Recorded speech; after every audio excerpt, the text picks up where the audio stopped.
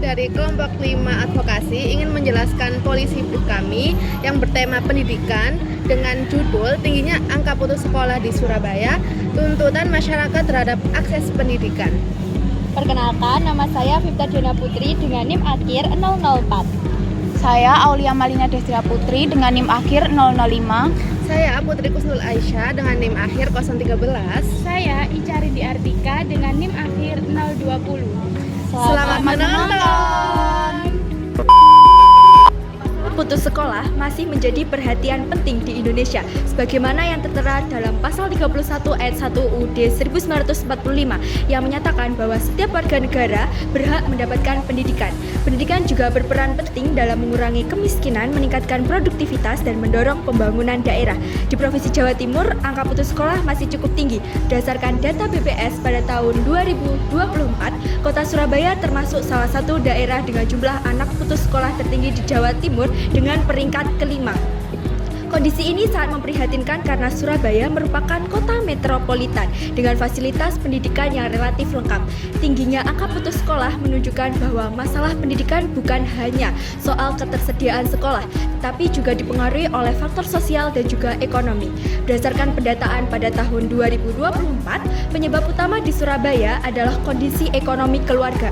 Banyak keluarga yang masih berpenghasilan rendah untuk kesulitan memenuhi kebutuhan biaya sekolah, sehingga sebagian anak terpaksa berhenti sekolah atau bekerja untuk membantu perekonomian keluarganya.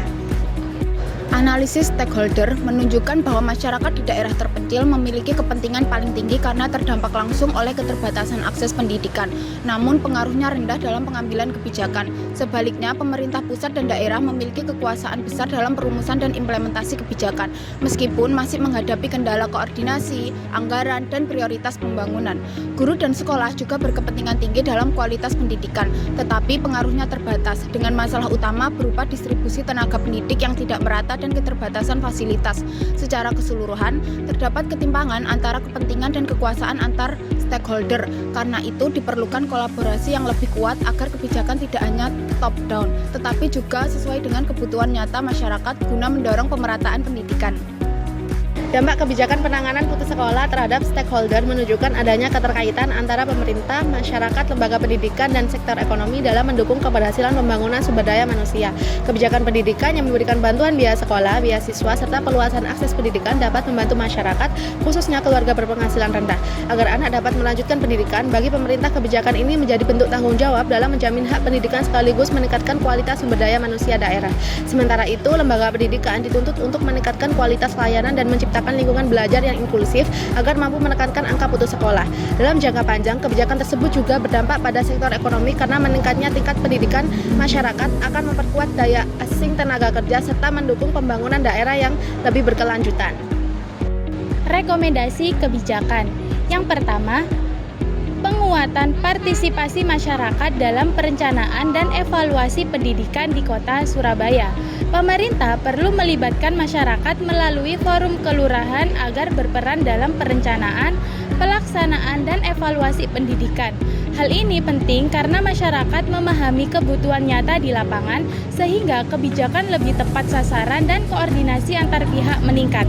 Yang kedua, penguatan ketepatan sasaran bantuan pendidikan berbasis partisipasi masyarakat. Pemerintah perlu melibatkan RT atau RW dan sekolah dalam pendataan serta verifikasi agar bantuan tepat sasaran. Keterlibatan ini meningkatkan akurasi data, transparansi, dan kepercayaan masyarakat. Yang ketiga, pemberdayaan masyarakat Surabaya sebagai relawan pendidikan. Mendorong masyarakat terdidik menjadi relawan untuk membantu pembelajaran, terutama bagi siswa yang membutuhkan pendampingan tambahan, serta memperkuat kolaborasi pendidikan. Kemudian yang keempat, peningkatan transparansi dan akuntabilitas pengelolaan anggaran pendidikan di Surabaya. Pemerintah dan sekolah perlu membuka informasi anggaran serta melibatkan masyarakat dalam pengawasan melalui forum warga agar pengelolaan lebih efektif dan akuntabel. Kemudian yang terakhir, yang kelima, pengembangan program pendidikan berbasis komunitas di Surabaya. Mengembangkan rumah belajar dan taman baca di fasilitas umum untuk memperluas akses pendidikan serta menciptakan ekosistem pendidikan yang inklusif dan berkelanjutan. Sekian video penjelasan polisi brief dari kelompok kami. Terima kasih.